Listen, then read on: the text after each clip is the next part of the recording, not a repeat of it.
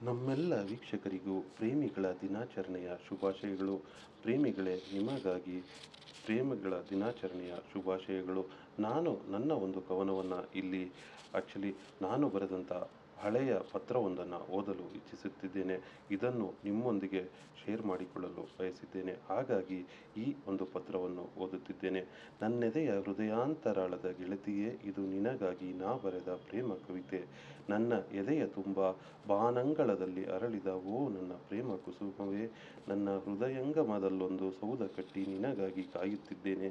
ಬೇಗ ಮರಳಿ ಬಾ ನನ್ನ ಮನ್ವಂತರವೇ, ಓ ನನ್ನ ಪ್ರೀತಿಯ ಪ್ರಿಯತಮೆಯೇ. ಅದೇಕೋ ನನಗೆ ತಿಳಿಯದೆ ನನ್ನ ಭಾವನೆಗಳಿಗೆ ಜೀವಧಾರೆ ಹರಿಯುತ್ತಿದೆಯೋ, ಇಲ್ಲ ನನ್ನ ಕಲ್ಪನೆಯ ಕನಸಿನ ಕೂಸಿಗೆ ಬ್ರಹ್ಮ ದುತ್ತೆಂದು ಜೀವ ತುಂಬಿದನೋ ತಿಳಿಯುತ್ತಿಲ್ಲ.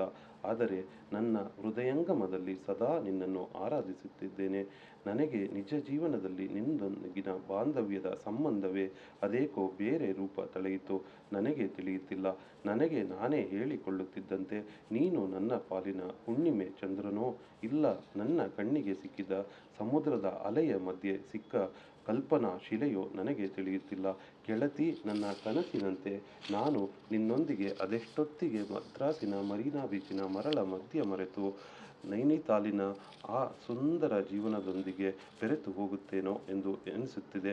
ಆದರೂ ವಾಸ್ತವದ ಗಾಳಿ ನನ್ನನ್ನು ಮತ್ತೆ ಮತ್ತೆ ಮೂಕ ವಿಸ್ಮಿತನಾಗಿಸಿ ಮಾಡುತ್ತದೆ.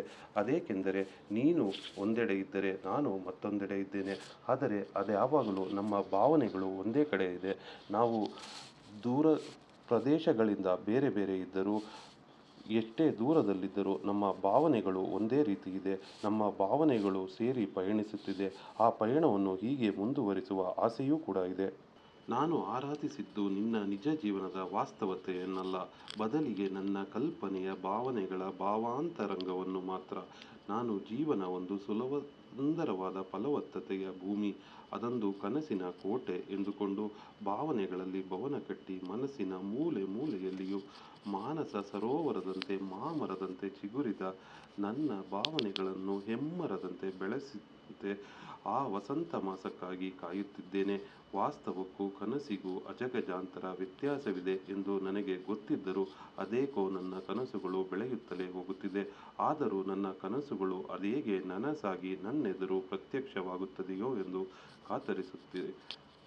ತಿಳಿಯದ ಗೊಂದಲದ ಗೂಡಾಗಿದ್ದೇನೆ.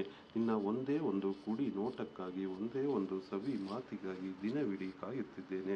ನಿನ್ನ ಒಂದೇ ಒಂದು ನಗು ನನ್ನ ಬಾಳಿನ ನೋವು ನಲಿವು ದುಃಖ ದುಮ್ಮಾನಗಳನ್ನು ದೂರ ಮಾಡಿ ಅಮೃತ ಧಾರೆಯನ್ನು ಸುರಿಸುವಷ್ಟು ಸುಮಧುರವಾಗಿ ಇದೆ. ಕನಸು ನನಸಾಗಿದ್ದೇನೋ ನಿಜ, ಆದರೆ ನನ್ನ ಕನಸಿಗೆ ಜೀವ ಬಂದಿದ್ದು ನಿಜ.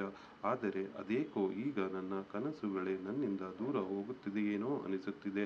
ಏಕೆಂದರೆ ಈಗ ನನ್ನಿಂದ ನೀನು ದೂರವಿದ್ದೀಯ. ಅದ್ಯಾವಾಗ ನೀನು ನನ್ನೊಂದಿಗೆ ಸೇರುತ್ತೀಯೋ ಎಂದು ಕಾಯುತ್ತಿದ್ದೇನೆ. ನನ್ನ ಭಾವನೆಗಳು ಬತ್ತಿ ಹೋಗುತ್ತಿದೆಯೇನೋ ಎಂದೆನಿಸುತ್ತಿದೆ. ಬಾಡುತ್ತಿರುವ ಬಳ್ಳಿಯಂತೆ ನೀರೆರೆದು ಆ ಬಳ್ಳಿಗಳನ್ನು ಬೆಳೆಸುವಂತೆ ನಂಬಿಕೆ ಮಾತ್ರ ಇನ್ನೂ ಜೀವಂತವಾಗಿದೆ. ಏಕೆಂದರೆ ನಾವಿಬ್ಬರು ದೂರವಿದ್ದರೂ ಕೂಡ ನಮ್ಮ ಮನಸ್ಸುಗಳು ದೂರವಿಲ್ಲ. ನಾವು ನಮ್ಮ ಭಾವನೆಯ ಆ ಆಶಾಕಿರಣವನ್ನು ಬೆಳೆಸಿ ಆದಷ್ಟು ಬೇಗ ನಾವಿಬ್ಬರು ಒಂದಾಗುತ್ತೇವೆ ಎಂಬ ನಂಬಿಕೆ ಬಲವಾಗಿದೆ. ಆ ನಂಬಿಕೆಯನ್ನೇ ನಾನು ಈಗ ಜೀವಂತವಾಗಿರಿಸಿ ಆ ನಂಬಿಕೆಗೆ ಪೋಷಣೆಯನ್ನು ನೀಡುತ್ತಿದ್ದೇನೆ. ಈ ಪತ್ರಕ್ಕೆ ನಿನ್ನ ಉತ್ತರವನ್ನು ಆದಷ್ಟು ಬೇಗ ಕಾಯುತ್ತಿದ್ದೇನೆ. ಅಷ್ಟೇ ಅಲ್ಲ, ಈ ತಿಂಗಳ ಕೊನೆಯಲ್ಲಿ ನಾವು ಮತ್ತೊಮ್ಮೆ ಭೇಟಿಯಾಗುವ ಎಂದು ಈ ಪತ್ರದ ಮೂಲಕ ನಿನಗೆ ತಿಳಿಸುತ್ತಿದ್ದೇನೆ. ನಿನ್ನ ಉತ್ತರಕ್ಕಾಗಿ ಕಾಯುತ್ತಿರುವ ನಿನ್ನ ಪ್ರೀತಿಯ ಪ್ರೇಮಿ. ಹಾಯ್ ಫ್ರೆಂಡ್ಸ್, ಇದು ನಾನು ತುಂಬ ಹಿಂದೆ ಬರೆದಂಥ ಒಂದು ಪತ್ರ. ಬಹುಶಃ ಒಂದು 15-20 ವರ್ಷಗಳ ಹಿಂದೆ ಬರೆದಂಥ ಪತ್ರ. ಅದನ್ನು ಈಗ ನಿಮ್ಮ ಮುಂದೆ